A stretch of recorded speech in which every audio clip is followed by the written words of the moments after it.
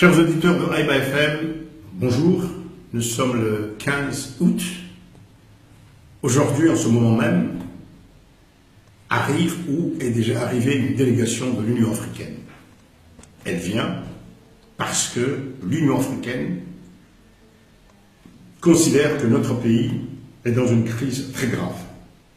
Elle l'a écrit 2 fois. Elle demande au président de la République d'instaurer un dialogue. Elle maintient que les accords de Fongouni ont été un facteur de paix.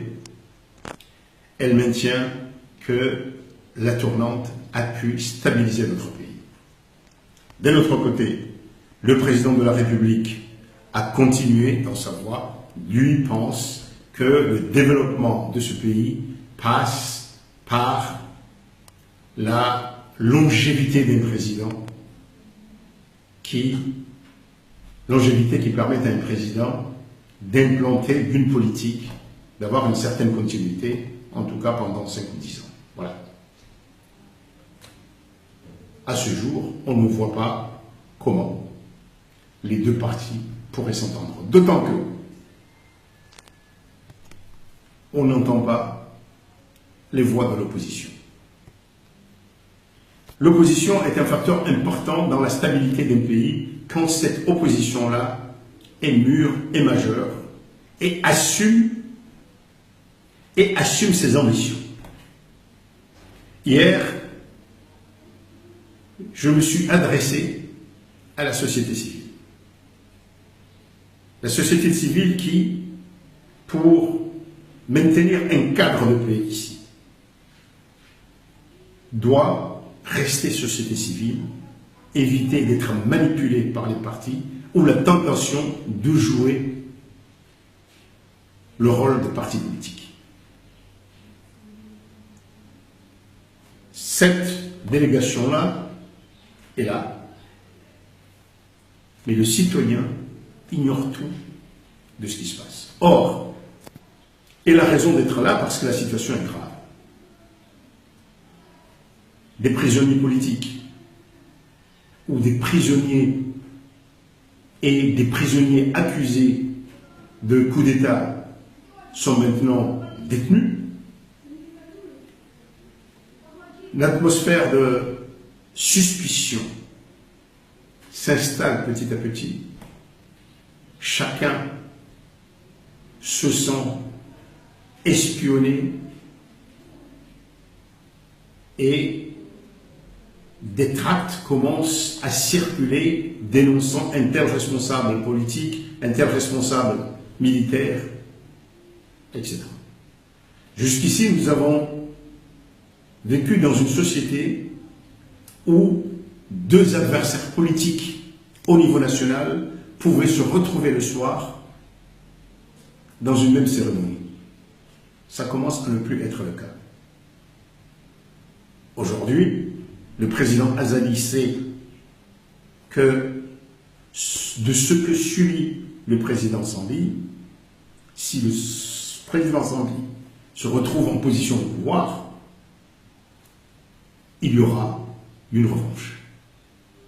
Donc on est entré dans un cadre politique où ce ne sont plus des débats d'idées, ce ne sont plus des ambitions bonnes ou mauvaises, justifiées ou non, mais des combats de personnes. Et dans une petite société comme la nôtre, ça s'étend aux familles, aux villages, aux régions. C'est une division. Il y a 3 semaines, je vous ai dit, revenant des mariages en juin, que les notables avaient prévenu le président de la République que s'il allait dans ce Barzangui, il quitterait la cérémonie. Voilà où nous sommes arrivés. Les partis politiques de l'opposition ont une responsabilité importante. Le courage politique, la maturité, mais surtout le courage de dire « nous aspirons à prendre ce pays et le diriger ». Nous avons telle capacité et voici notre politique. Cela est important. Or,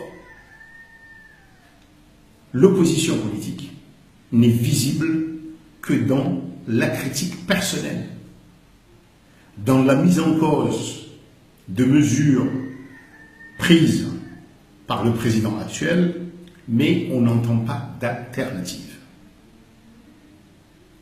C'est comme si la suspicion est le dominateur commun de toute la classe politique, aussi bien dans les partis, au sein des partis du pouvoir que de l'opposition. Alors, le citoyen est là. Il ne sait plus. C'est cette situation dangereuse parce qu'il n'y a pas de visibilité, parce que chacun agit en croyant se protéger, même s'il n'est pas menacé, que des sociétés comme les nôtres éclatent soudainement, s'installent dans une certaine anarchie. Que disent les partis de l'opposition aujourd'hui? Est-ce qu'ils entérinent le fait référendaire, la nouvelle constitution? Est-ce qu'ils maintiennent ou quels sont ceux qui s'en tiennent à la constitution de 2001 et attendent de pouvoir aider un candidat enjôlé? Quels sont ceux qui disent qu'aujourd'hui, ils sont contre Azali, mais il y a une nouvelle constitution, nous y allons? Tout cela, il faut du courage pour assumer ces positions-là et le dire aux citoyens, pour que les citoyens aussi se préparent. Faute de quoi, nous allons de plus en plus dans le brouillard, dans l'obscurité, et ce n'est pas l'opposition qui paiera, mais aussi et surtout ce pouvoir où tous les opportunismes s'agrègent, où le seul discours c'est « nous allons au pouvoir », où la gestion du quotidien est délaissée complètement, où on a l'impression que ne compte que la campagne politique, les routes, l'électricité, et voilà, des réalisations, mais le quotidien disparaît complètement. À tel point que même la justice aujourd'hui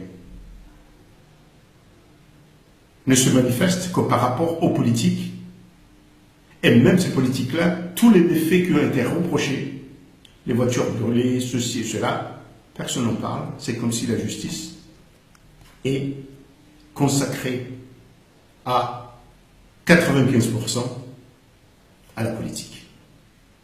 Nous sommes un pays en crise et messieurs les politiques, vous avez une responsabilité importante qui est d'abord le courage politique de vos opinions. À demain.